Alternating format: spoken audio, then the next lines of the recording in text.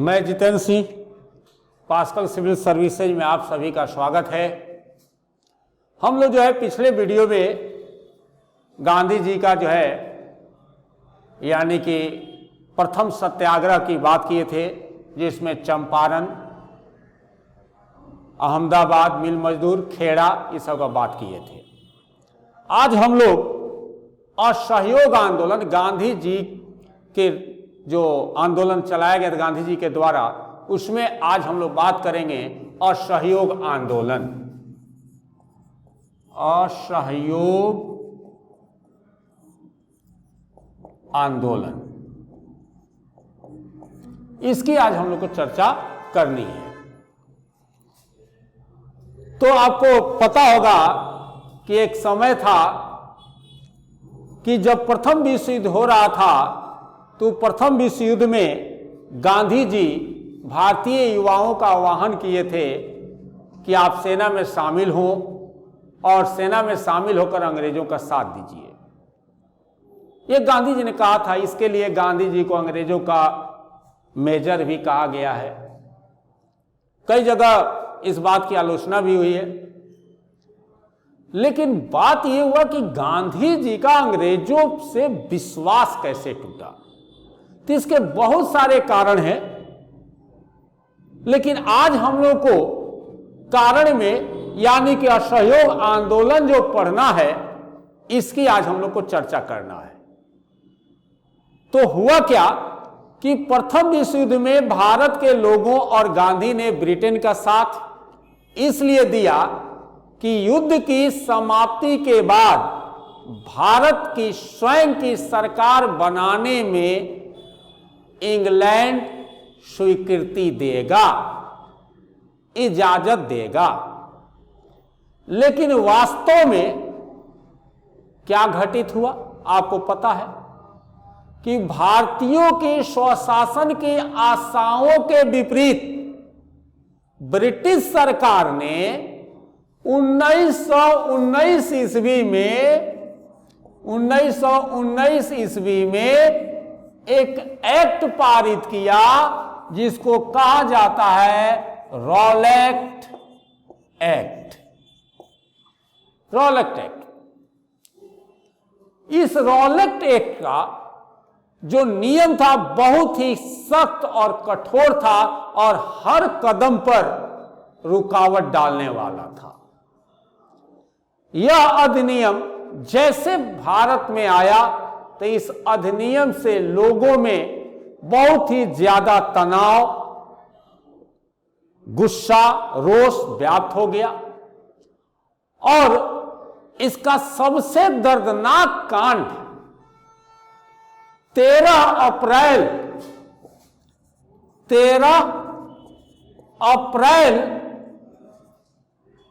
1919 को बैसाखी, याद होगा आपको, बैसाखी पर्व होता है। बैसाखी के दिन जालियांवाला बाग में हुआ नरसंहार था, जिसमें जनरल डायर ने निहत्थी भीड़ पर गोली चलाने का आदेश दिया। इस घटना में 1500 से अधिक निर्दोष भारतीय मारे गए। इस दर्दनाक घटना की जांच के लिए हंटर आयोग के लिए एक आयोग का गठन किया गया, जिस आयोग को हंटर आयोग कहा गया। इस हंटर आयोग द्वारा भारत के लोगों के पक्ष में रिपोर्ट देने के बावजूद उनके दुखों पर मलहम लगाने का काम नहीं किया। यहां तक कि अंग्रेजों ने इस भयानक घटना के पश्चात पश्चाताप का, अफसोस का एक भी शब्द नहीं बोला। उसी समय गांधी जी ने इस अधिनियम के खिलाफत करने के लिए निर्देश जारी कर दिए।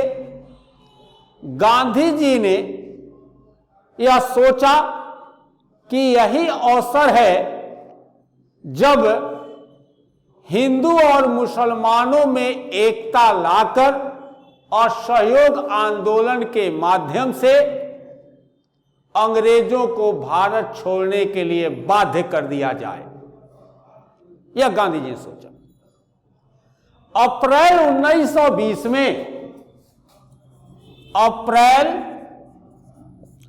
1920 में गांधी जी ने बंबई में यह घोषणा की कि यदि रॉलेट अधिनियम वापस नहीं लिया गया तो शासकों के साथ रहना असंभव होगा। पहली बार गांधी जी ने अंग्रेजों की आलोचना की, यद्यपि यह केवल एक चेतावनी थी तथा ब्रिटेन से हर तरह का संबंध तोड़ने का विचार किया गया। कुछ सप्ताह बाद 1 अगस्त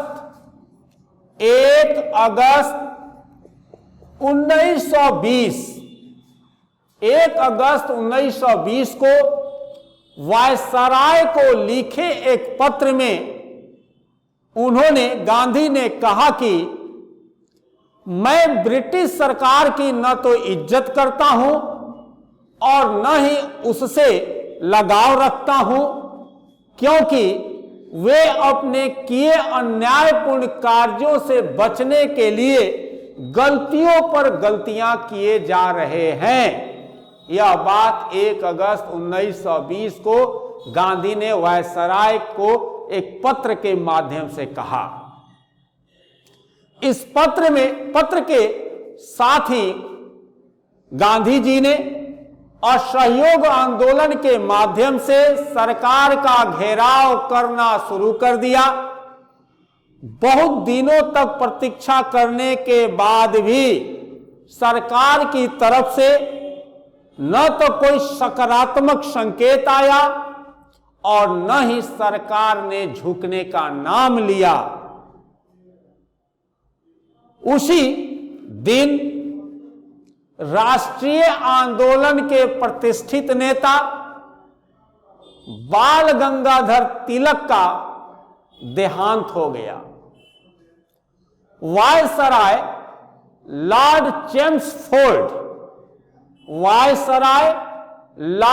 चेम्सफोर्ड ने अगस्त 1920 में असहयोग आंदोलन पर टीका टिप्पणी करते हुए यह दोषारोपण कर दिया, यह दोष लगा दिया कि यह आंदोलन सबसे मूर्ख लोगों की मूर्ख योजना है। देखिए, यह बात जो है चेम्सफोर्ड ने, उस समय को वायसराय ने कहा। गांधी जी ने इसे हानि रहित असाधारण आंदोलन के रूप में देखा, पर आंदोलन की बढ़ती गति को सरकार ने हिंसात्मक तरीके से रोक नहीं पाई। गांधी जी का असहयोग आंदोलन का विचार साधारण लगते हुए भी तत्कालीन समय में एक बहुत ही शक्तिशाली पुकार थी। 1920 के नागपुर कांग्रेस अधिवेशन में गांधी जी ने वादा किया कि यदि पूरा भारत असहयोग व अहिंसात्मक आंदोलन के अनुरूप चल पड़ा तो 12 महीने के अंदर भारत की अपनी सरकार होगी। गांधी जी ने इस संदेश को पूरे राष्ट्र में फैला दिया।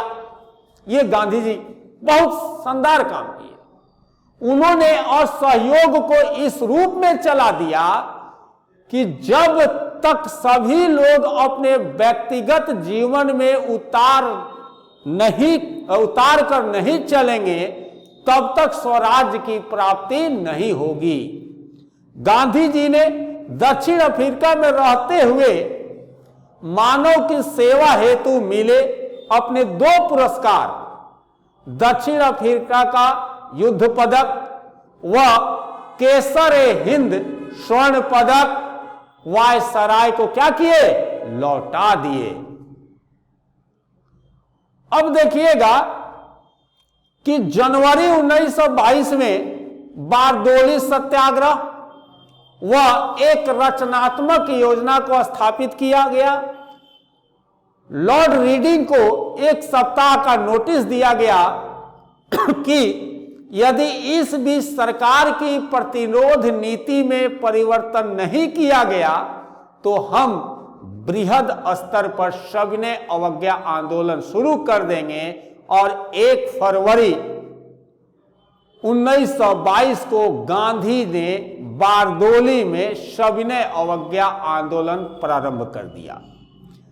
5 फरवरी 1922 को प्रदर्शनकारियों का एक समूह प्रदर्शन करते हुए उत्तर प्रदेश के एक छोटे से कस्बा कहिए, जिला कहिए, चौरा चौरी में एक पुलिस स्टेशन के सामने से गुजरा। इस प्रदर्शन में पीछे रह गए कुछ लोगों के साथ पुलिस ने गाली गलौज दुर्व्यवहार किया तो उन लोगों ने स्वयं का अपना बचाव किया। इसके बाद पुलिस ने फायरिंग करनी शुरू कर दी। तब प्रदर्शनकारियों की भीड़ उनका विरोध करने हेतु क्या हुआ? जो आगे गया था वापस आ गया। गोलियां समाप्त हो जाने के बाद पुलिस ने स्वयं को थाने के अंदर बंद कर लिया, जिससे क्रोधित प्रदर्शनकारियों ने पुलिस स्टेशन में आग लगा दी। इस घटना में 22 पुलिसकर्मी जलकर राख हो गए। यह पूरा आंदोलन हिंसा पर उतर गया। हिंसा रोकने के लिए गांधी जी ने आंदोलन वापस ले लिया, जिससे आंदोलनकारियों और कांग्रेस नेताओं में निराशा छा गई।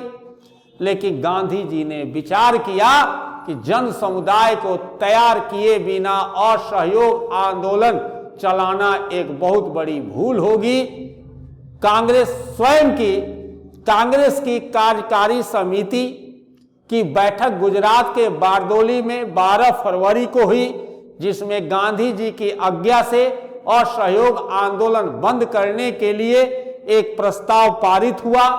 गांधी जी ने कांग्रेस को अपना समय रचनात्मक कार्यक्रमों को पूरा करने में लगाने के लिए प्रेरित किया। 10 मार्च 1922 को गांधी जी को गिरफ्तार कर लिया गया। सरकार ने उन पर राजद्रोह का आरोप लगाया। गांधी जी ने घोषणा की कि बुराई के साथ असहयोग करना उतना ही उचित है जितना अच्छाई के साथ सहयोग करना। गांधी जी को 6 वर्ष की कारावास की सजा दी गई।